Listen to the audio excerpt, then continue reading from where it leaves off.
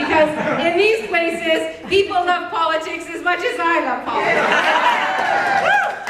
You know, it's easy to get cynical these days about politics. The way we watch politics playing out hasn't been so pleasant. Pretty negative stuff out there, right? And it's also easy to get cynical because we know that for so long, people in Ontario have not been getting what they need from their government. The status quo is not working for the majority of people in this province. Every place I go in Ontario, whether it's Windsor, whether it's Northern Ontario, Thunder Bay, whether it's right here in Cornwall, people are telling me that they can't make ends meet, that they don't have the kind of jobs that they need to have a decent standard of living, that they can't get the kind of home care and the kind of long-term care supports for their family members, particularly their aging parents. That's just not good enough anymore. We need the kind of change in Ontario that puts people first.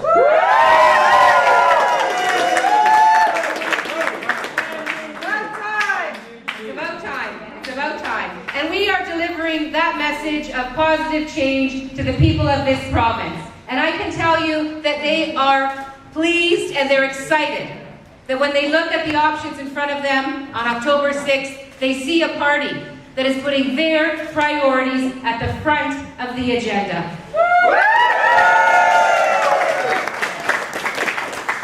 They see a party that is prepared to get rid of the blank checks to corporations with no strings attached, corporations that are sending jobs out of Ontario. And they are happy to see that there's a party that's saying instead of blank checks to companies that ship jobs away, we'll give tax credits to companies that create jobs. Right on. And we're going to give companies tax credits if they train their workers in the workplace, and we're going to give tax credits to companies that invest in Ontario. That's the kind of program that we have, one that actually creates the good jobs that people in this province need and have to be able to rely on.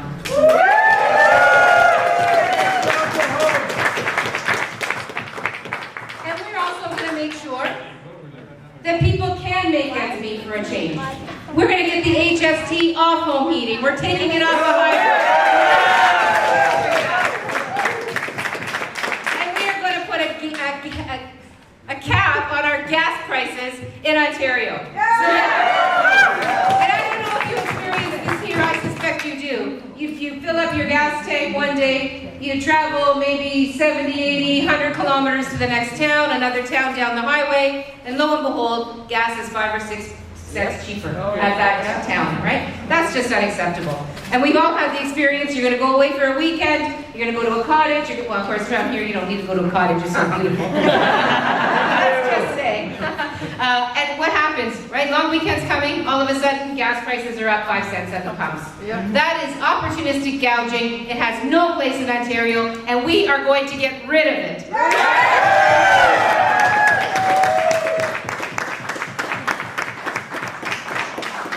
And you know, the changes in our healthcare system that we need are not all that difficult to achieve if we put the priorities in the right place. And our priority will not be the CEO's 6-figure salary every year. It will be cutting emergency wait times in half. That's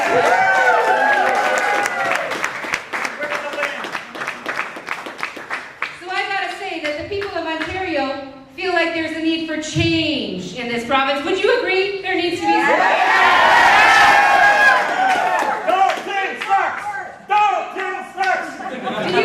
Do you think we need to have a more affordable Ontario? Yeah! Do you think we could maybe do that by sending someone like Elaine MacDonald to the legislature?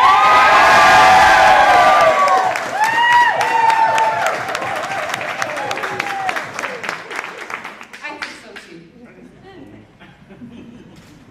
I think that there needs to be a new premier at Queen's Park. So do I. And I think I'm just the woman for that job.